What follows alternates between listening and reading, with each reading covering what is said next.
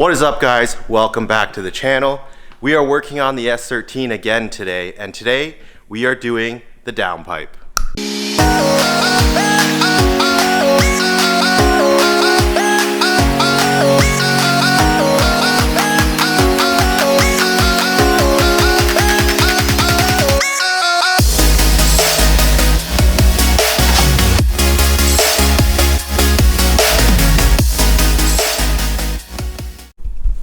Alright guys, hopefully you guys are enjoying the S13 content, and if you saw in the last video, we got all the intercooler piping done.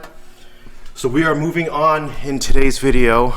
We are moving on to more tubing, but this time it's stainless, and that's going to be the downpipe.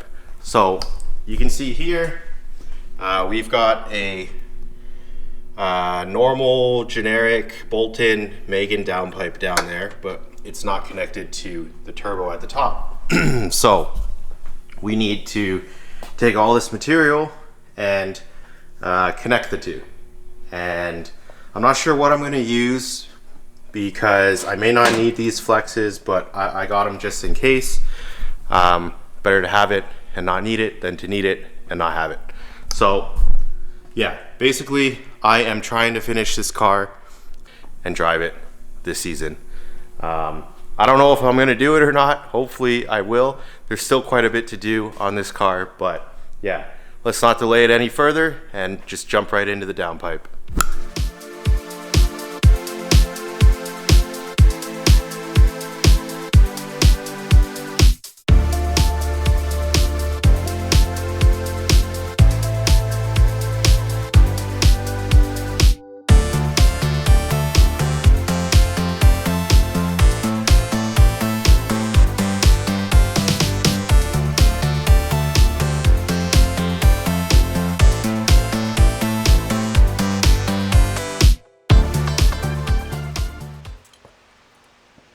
So the first thing I'm going to do is install the corresponding V-band to the back of the turbo housing. Now for the S13 in specific, I'm trying to use as many V-bands as I can wherever I can.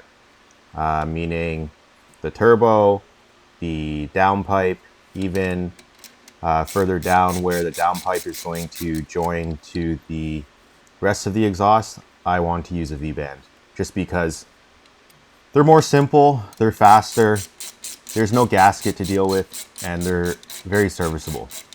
So if you know SRs and you've dealt with the T2 gasket and nuts loosening, I just don't want to deal with that with this car. But with the V-band installed, it's giving us the starting point of where our stainless tubing is going to start from, and this will give an idea as to where the tubing needs to point. So what I'm using right now, I believe, is a 45 degree, just something that I already had cut from a previous project, and it gives me an idea of if that bend is going to shoot us in the right direction. Now, I'm definitely no professional fabricator, but something I've learned over previous projects is whenever you can, it's good to use pre-made bends. It just makes things a lot simpler. So this was something left over from a previous project. As you can see, the end of this 45 degree bend is actually cut at an angle. So all I'm going to do is cut that angle off so that it is straight, and then I can piece things together from there. Now, compared to our previous video where we made the intercooler piping for the S13, this time I'm using stainless, and stainless is so hard. I was trying to cut this as slowly as possible so that I don't dull the blade, because stainless is just so hard that if you are cutting multiple cuts, it's very easy to dull even the right blade if you're using it. So with this cut, I can move on and just clean up the cut on this bend piece and get it ready for fitting. That is definitely another thing that I've learned, is spend a good amount of time cleaning up your cuts, deburring them or whatever. It just makes for better fit up, less gaps, and the easier it is to weld, the better. Especially for me, since I don't do this kind of stuff that often. I'm not a professional welder or anything like that, so I need all the help that I can get. So I spend a little more time on cleaning things up, and it definitely pays off when it comes time to mock things up and tack them together. Now, I'm not really sure how to explain the process, but the way I do it is I just start obviously with the V bend, and then I took that 45-degree bend to kind of give me an idea of if that bend would even work just by looking at it. And from there, it's a lot of eyeballing is probably the easiest way to say it, is just take some pieces, eyeball it, cut some smaller pieces, test fit it, and eventually you end up with something that seems like it's going to work. And that's what I have here. So this piece I had already tacked and gone back to the car multiple times to test fit it and gotten to a point where I was happy with it. So I'm just welding the whole thing out. Trying to back purge it.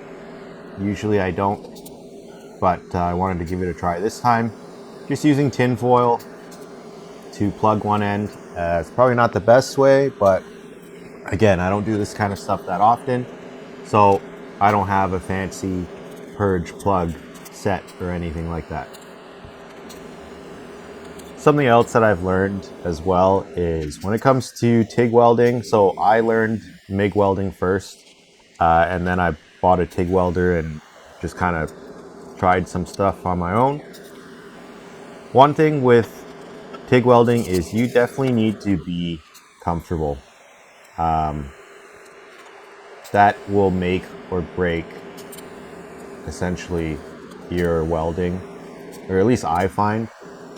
I try to be comfortable and try to be fluid when it comes to moving along the piece, and that's the only thing that I've found to help. But again, I'm no professional, so take my advice with a grain of salt. My welds definitely don't look, they're not Instagram quality welds or anything like that. I'm simply gluing pieces of metal together so I can go drifting.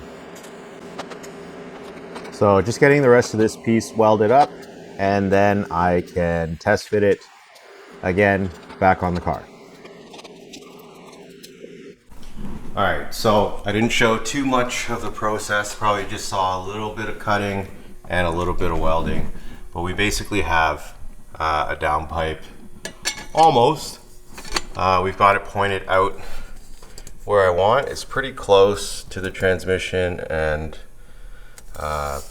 pretty close to the steering column, but I can move this right now because it's V-bend. It's not tight, so I can move it over more, give us a little bit more space over here, get closer to the steering shaft that way. But we've got our flex on here, and I will show you it's pointed in the right direction.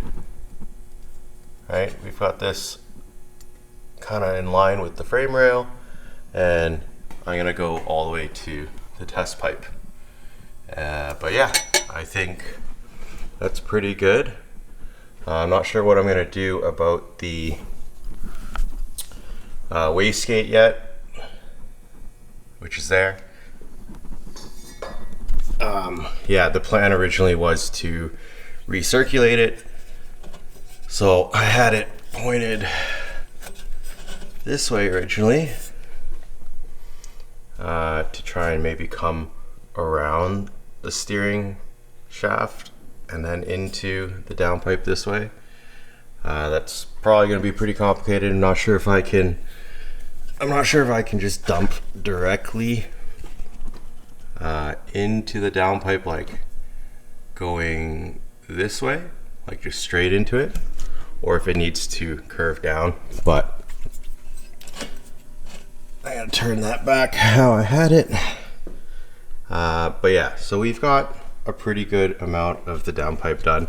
This is fully welded except for the V-band at the top is just tacked on, and this flex is just resting on here.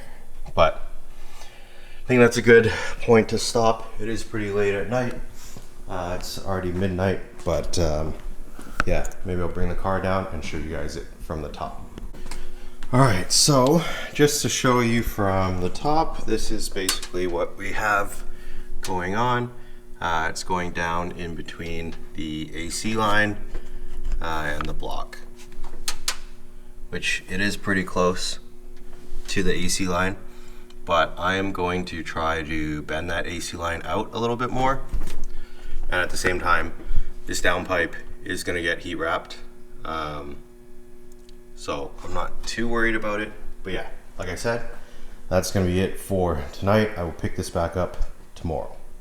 Tomorrow. All right, so with a new day upon us, just picking up off where I left. I am tacking the flex to the portion of downpipe that I have made so far. Just getting this tacked, and then I will end up test fitting it on the car again. If there's anything when it comes to fabricating exhausts or downpipe or intercooler stuff, there's a lot of back and forth, checking, test fitting, taping, marking, just back and forth between the car, tacking things. It's very repetitive, and but it's something necessary. You want to be sure rather than unsure and then tacking it up badly and then having to cut and re-weld things. So as you can see, the downpipe here is looking a lot more complete. So after this point, I decided to start on the wastegate dump tube. So I'm taking a U-bend that I have here and just cutting it in half. And same thing as before with that 45. It's just giving me a piece to start with, to eyeball, and again, cleaning up the cuts, making sure everything is nice and square, so that I have good fit up for later. So same as the first piece of the downpipe, I'm just taking the 90 that I cut this time, and I'm cutting off a straight piece from this 45, just so that I can use the straight piece itself. Again, cutting stainless, I'm just trying to do it nice and slow and easy to not wear out my blade. And with that cut, same thing, same pattern. We are cleaning it up, cleaning up the cut, making sure it's deburred so that we have nice fit up for when it comes to tacking pieces together. Okay, so here I'm just tacking the V-band for the wastegate to this little straight section of stainless that I cut off. And this is just so that I can actually mount it to the wastegate to test fit. And now you can see I did test fit, and it seems fine to attach the 90 degree to this little straight section with the V-band. So you can see with this piece, I've got the little straight section and then that 90 degree bend that I cut earlier. Basically, I needed the straight to push the 90 degree bend a little further out from the wastegate, just to get it to go where it needs to go. And clearly I am tacking this up just here at the table. I didn't mark it on the car or anything like that, because for this specific piece, it wasn't critical to weld it in a certain way. This is just a simple straight and then 90 degree out, and then I can clock it later. So next up, after test fitting it on the car, I'm discovering how much of this straight section I need to cut off from this 90 degree bend. Again, just cutting this stainless nice and slow to not wear out the blade. Did I mention this gets repetitive? Because it's a lot of cut, grind, fit up, tack weld, and repeat. So cleaning up the cut here. This way we'll have good fit up later. So here we go with the 90-degree piece. Now I have the flex section attached to this, and same thing. I've test fit this on the car, and I just need to tack the flex to this section. And from here, after that, I can test fit it on the car again. Okay, so progress report. We've got the downpipe made pretty much up until it just becomes straight. And then we added a V-band here so that it'll be easy to take off. And as you can see, the wastegate, we have it pointed down here. The plan is to recirculate it. So I'm gonna show you. The plan is to go into the downpipe here and kind of connect it like this. So we're gonna have to trim off a section of this, weld it together, cut a hole in here, get that welded on, and that should be it. But the first thing I'm gonna do is I'm gonna try and finish all the welding on the V-band, this flex, and then that way, if it is tight over here, I don't have to worry about trying to weld this flex back in. It'll already be done. So yeah, that's basically it. So we'll just start welding this piece out.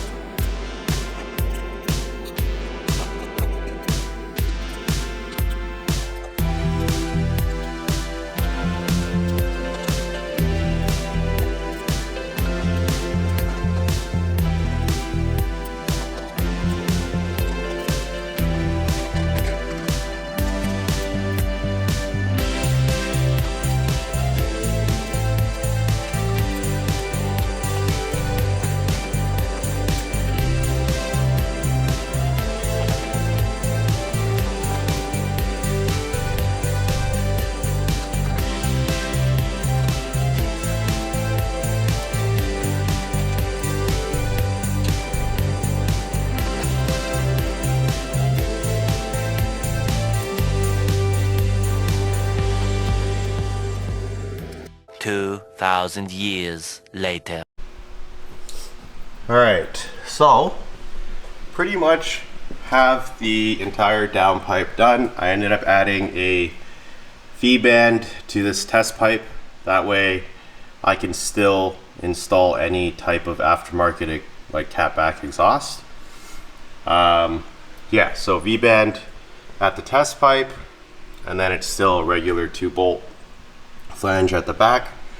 As you can see here, the wastegate is recirculated into the downpipe. That was definitely interesting because there's not a lot of room to work with up there.